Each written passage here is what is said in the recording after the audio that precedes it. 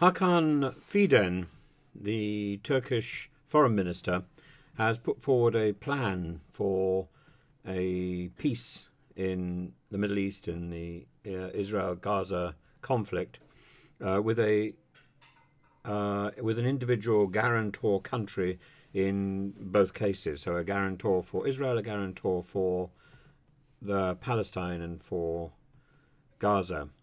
He emphasizes the importance of international pressure on Israel to adopt a two-state solution, something that the right wing of Israeli politics, which has been in power for the last 20-odd years, has resisted. And indeed, there is a theory that Netanyahu was encouraging the problems in Gaza and the rise of Hamas because that effectively stopped any further discussion with the Palestinian Authority about the two-state solution.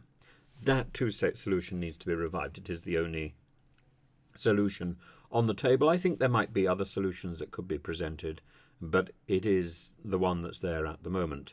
The US has also been supportive of the two-state solution, indicating that it aligns with Turkey's perspective on resolving the Israeli-Palestinian conflict. And I believe that Fidan has been in touch with the US.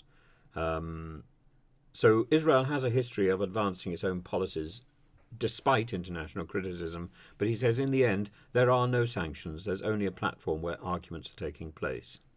He highlights that the deployment of a peacekeeping force from Turkey into the region was not on the agenda, but emphasized the importance of initiating steps towards a two-state solution to achieving lasting peace. However, he has said that Ankara is raising the idea of a peacekeeping force in talks with parties involved in the matter to discuss the issue at a meeting of the Organization of Islamic Cooperation, OIC, aimed to work towards the two-state solution and lasting peace in the region. Lasting peace is what everybody wants. It's not going to be achievable with Hamas in power. That is certain.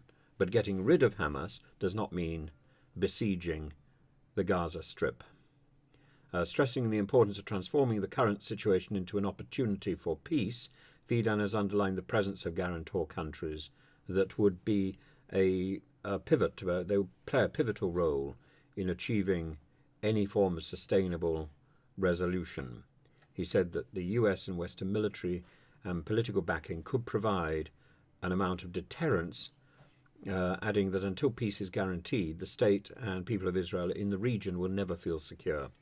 In their continuous pursuit of security, they will feel the need to oppress others and resort to violence. This cycle will perpetuate itself. Yes, indeed, it is a cycle, like one of those extraordinary staircases that goes round each other. Both sides will be locked into a cycle. We need a resolution.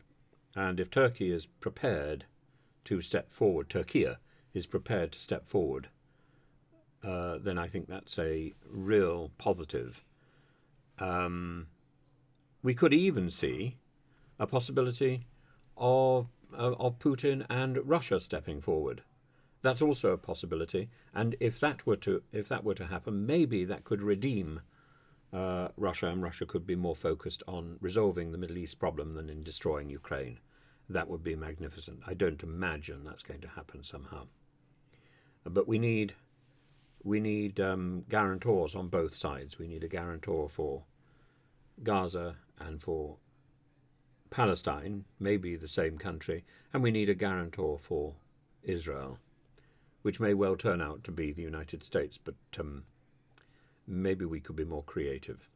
I don't know. We need a concerted avenue of peace. At the moment, I believe the figures stand at about 2,848 Palestinians, including 750 children who have been killed in Israeli airstrikes on Gaza, and more than 1,400 Israelis have been killed. And I imagine that figure is only going to rise.